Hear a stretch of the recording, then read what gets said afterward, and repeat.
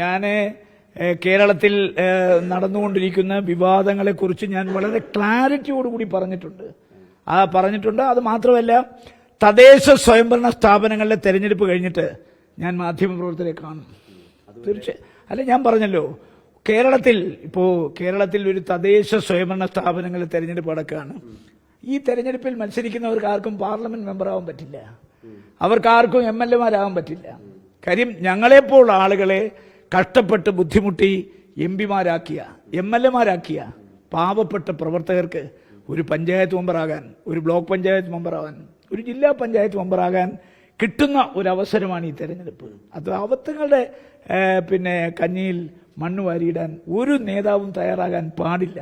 പക്ഷെ അതോടൊപ്പം തന്നെ കോൺഗ്രസ് എന്ന് പറയുന്ന രാഷ്ട്രീയ പ്രസ്ഥാനത്തിന് ഒരു നിലപാട് വേണം, മൂല്യാധിഷ്ഠിത രാഷ്ട്രീയം വേണം. അതിനകത്തെങ്ങും വ്യതിചലിക്കാൻ പാടില്ല. വ്യതിചലിക്കുന്ന ആരാണോ അവരോട് യോജിക്കാനും എനിക്കാവില്ല. അത് ഞാൻ പറഞ്ഞല്ലോ ഒരു കാര്യം രണ്ട് പ്രാവശ്യം പറയേണ്ട കാര്യമില്ല. ഞാൻ പറഞ്ഞല്ലോ, നമ്മൾ തമ്മിൽ ഞാനാണ് ഏറ്റവും കൂടുതൽ മാധ്യമ വേട്ടയ്ക്ക് പാത്രീഭൂതനായ ഒരാള്. പക്ഷെ എനിക്ക് നിങ്ങളോട് ആരോടും വിരോധമില്ല. നിങ്ങൾ നിങ്ങളുടെ ജോലി ചെയ്യുന്നു, അതിനെതിരെ നിങ്ങളോട് പിണങ്ങേണ്ട കാര്യം എന്താ? ഒരു പിണക്കവും എനിക്കില്ല. മാധ്യമങ്ങൾ അവരുടെ ജോലി ചെയ്യുന്നു. പ്രത്യേകിച്ച് ഇന്ന് മാധ്യമ രംഗത്തൊരു വലിയ കോമ്പറ്റീഷൻ നടന്നുകൊണ്ടിരിക്കുകയാണ്. അപ്പോൾ ബ്രേക്കിംഗ് ന്യൂസിന് വേണ്ടി നിങ്ങൾ ഓരോരുത്തരെ കൈകാര്യം ചെയ്തുകൊണ്ടിരിക്കുകയാണ്. അതുകൊണ്ട് അതിലൊന്നും പറഞ്ഞോട്ടെ, അതിലൊന്നും എനിക്ക് യാതൊരു പരിഭവമില്ല. രൂക്ഷമാകുന്ന ഇവർ പറയുന്നത് എന്താണെന്നറിയോ? അങ്ങ് പിണറായി വിജയനെ ആരോപണങ്ങൾ ഉന്നയിക്കുന്നതിന് പകരം സ്വന്തം പാർട്ടിക്കാർക്കെതിരെയാണ് സംസാരിക്കുന്നതെന്നാണ് ഈ സൈബർ ആക്രമണം നടത്തുന്നവർ പറയുന്നത്.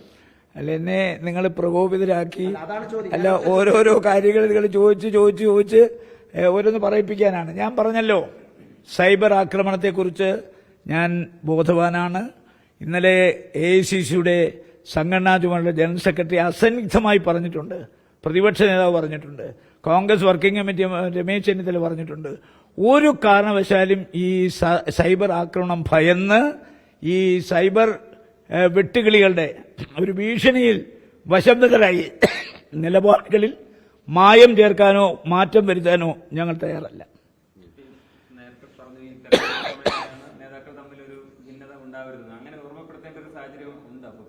കേരളത്തിലെ കോൺഗ്രസ് പാർട്ടിയിൽ യാതൊരു അഭിപ്രായ വ്യത്യാസവും ഇല്ല. ഞാൻ പറഞ്ഞല്ലോ, കേരളത്തിലെ കോൺഗ്രസ് പാർട്ടിയിൽ KPCC പ്രസിഡന്റ്, അതുപോലെ തന്നെ പ്രതിപക്ഷ നേതാവ്, വർക്കിംഗ് കമ്മിറ്റി മെമ്പർ, സംഘടനാ ചുമതലയുള്ള ജനറൽ സെക്രട്ടറി KC വേണുഗോപാൽ അടക്കം എല്ലാ കാര്യങ്ങളും കൂട്ടായിട്ട് ആലോചിച്ചിട്ടാണ് അവർ തീരുമാനിക്കുന്നത്. ആ തീരുമാനത്തിന് വിരുദ്ധമായി ആര് നിൽക്കുന്നോ അവരൊക്കെ പാർട്ടി വിരുദ്ധരാന്ന് നമ്മൾ പറയും.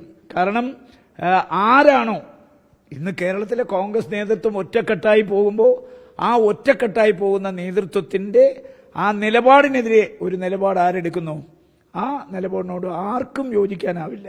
മനസ്സിലായി? പിന്നെ എല്ലാവർക്കും പരിമിതികളുണ്ടല്ലോ. സൈബർ ആക്രമണത്തിന് പറയാനുള്ളത് തുറന്നു പറയണം, കേൾക്കാൻ ആഗ്രഹമുണ്ടെന്നാണ്. എന്നെ ഇത്രമാത്രം ജോൺ ബ്രിട്ടാസ് സ്നേഹിക്കുന്നുവെന്ന് ഇന്നലെ അദ്ദേഹത്തിന്റെ പ്രസ്താവന രാത്രിയിൽ 1 മണിക്ക് ഞാൻ കണ്ടു. അപ്പോഴാണ് എനിക്ക് മനസ്സിലായത് ഇത്ര എന്നോട് അദ്ദേഹത്തിന് സ്നേഹവും പ്രേമവും ഉണ്ടെന്ന് ഞാൻ ഇപ്പോഴാണ് മനസ്സിലാക്കിയത്. അദ്ദേഹത്തിന്റെ പാർട്ടിയാണ് മഞ്ചേരിയിൽ എന്നെ വളഞ്ഞിട്ട് ആക്രമിച്ചത്, മനസ്സിലായില്ലേ? ആൾക്കൂട്ട വിചാരണ നടത്തിയത്. പക്ഷെ അന്ന് ഞാൻ ഒളിച്ചോടിയില്ല. അന്ന് രാത്രിയിൽ എന്നെ കോടതിയിൽ ഹാജരാക്കി. കോടതി അപ്പം തന്നെ എനിക്ക് ജാമ്യം തന്നു. ആ കേസ് ഹൈക്കോടതി ക്വാഷ് ചെയ്ത് കളഞ്ഞു. അന്ന് കോടതിയിൽ ഹാജരാക്കുന്ന അന്ന് വൈകിട്ട് ഞാൻ മാധ്യമങ്ങളെ കണ്ട് ഒരു നിമിഷം പോലും ഞാൻ മാധ്യമങ്ങളുടെ മുമ്പിൽ നിന്ന് മാറി നിന്നിട്ടില്ല. നിങ്ങൾ പരിശോധിച്ച് നോക്കൂ, സകല വിചാരണയും ഞാൻ നേരിട്ടു. കാരണം എനിക്കറിയാം ഞാൻ കുറ്റം ചെയ്തിട്ടില്ല. മനസ്സിലായോ? എനിക്കെതിരെ ഒരു പെൺകുട്ടിയുടെ പരാതിയില്ല. പിന്നെ ആർക്കെങ്കിലും ഞാൻ അവിഹിതമായ മാർഗത്തിലൂടെ ഗർഭം ഉണ്ടാക്കിയെന്ന് പരാതിയിൽ ആൾക്കൂട്ട വിചാരണയാണ്. ആ വിചാരണയെ ഞാൻ സധൈര്യം നേരിട്ട്, ഒറ്റയ്ക്ക് നേരിട്ട് ഞാൻ മടങ്ങി വന്നവനാ. ഞാനെങ്ങും പോയില്ല. അല്ല അന്ന് അതുകൊണ്ട് ഞാൻ പറയാം, അന്ന് എന്നെ ആ അവസ്ഥയിലാക്കിയ ബ്രിട്ടാസിന്റെ പാർട്ടി, ബ്രിട്ടാസിന്റെ മുഖ്യമന്ത്രി, പുള്ളിയുടെ പ്രിയ തോഴൻ അന്ന് എന്നോടൊരു സഹതാപം കാണിച്ചിരുന്നെങ്കിൽ എന്റെ രാഷ്ട്രീയത്തിൽ ഞാനും എന്റെ കുടുംബം അനുഭവിച്ച യാതനയും വേദനയും ഞങ്ങൾക്കെല്ലാം അറിയൂ. അന്നും ഇന്നും എന്റെ കുടുംബം എന്നോടൊപ്പം ഉണ്ട്. അതാണ് എന്റെ ശക്തി. കാരണം അവർക്കറിയാം. ആ സംഭവമാണ് കോൺഗ്രസ് ഇന്ന് ഈ സൈബർ വെട്ടുകളികളിൽ കമന്റ് ആയിട്ടൊക്കെ അങ്ങയുടെ പോസ്റ്റിന് താഴെ കൊണ്ടിടുന്നത്. ഞാൻ ആവശ്യത്തിന് നിങ്ങൾക്ക് തന്നു കഴിഞ്ഞു. ഞാൻ അതിനപ്പുറത്തോട്ട് പോകണ്ട. ഓക്കെ. തെരഞ്ഞെടുപ്പിന് ശേഷം മാധ്യമങ്ങളെ കാണോ? അല്ല, ഞാൻ പറഞ്ഞല്ലോ, തെരഞ്ഞെടുപ്പിന് ശേഷമല്ല, ഞാൻ മരിക്കുന്നവരെ മാധ്യമങ്ങളെ കാണും. അതിനെന്താ? ഞാൻ പറഞ്ഞല്ലോ, ഞാൻ ജീവിച്ചിരിക്കുന്നിടത്തോളം കാലം, നിങ്ങൾ ഈ ഭൂമുഖത്തുള്ളിടത്തോളം കാലം നിങ്ങളെ കണ്ടിരിക്കും. ഒരു രാഷ്ട്രീയ പ്രവർത്തകന് മാധ്യമങ്ങളെ കാണാൻ ജീവിക്കാൻ പറ്റുമോ? അത് നമ്മളെ എതിർക്കുന്നവരെ, നമ്മളെ നശിപ്പിക്കാൻ ശ്രമിക്കുന്നവരടക്കമുള്ളവർ, അവരെന്ത് ചോദ്യം ചോദിച്ചാലും പ്രകോപനം ഉണ്ടാക്കേണ്ട കാര്യമില്ല. നിങ്ങൾ നിങ്ങളുടെ ജോലി ചെയ്യുന്നു, നിങ്ങൾ ചോദ്യം ചോദിക്കുന്നു, നമ്മൾ ഉത്തരം. ഈ സൈബർ ആക്രമണത്തിന് പിന്നിൽ ഏതെങ്കിലും നേതാക്കന്മാരുടെ ആശീർവാദം ഉണ്ടെന്ന് കരുതുന്നുണ്ടോ? അല്ല, ഞാൻ ഇതിനെക്കുറിച്ച് അല്ലല്ല, ഞാൻ നിങ്ങളിപ്പോ ആദ്യം വന്നപ്പോ ഞാൻ പറഞ്ഞു, പിന്നെ നിങ്ങൾ ഇങ്ങനെ ചൊറിഞ്ഞ് എന്നെ കൊണ്ടൊന്നും പറയിപ്പിക്കാൻ ധരിക്കണ്ട. അതുകൊണ്ട് ഞാൻ പറഞ്ഞല്ലോ, എനിക്ക് ഇക്കാര്യത്തിൽ പറയാനുള്ള എല്ലാം പറഞ്ഞു കഴിഞ്ഞു.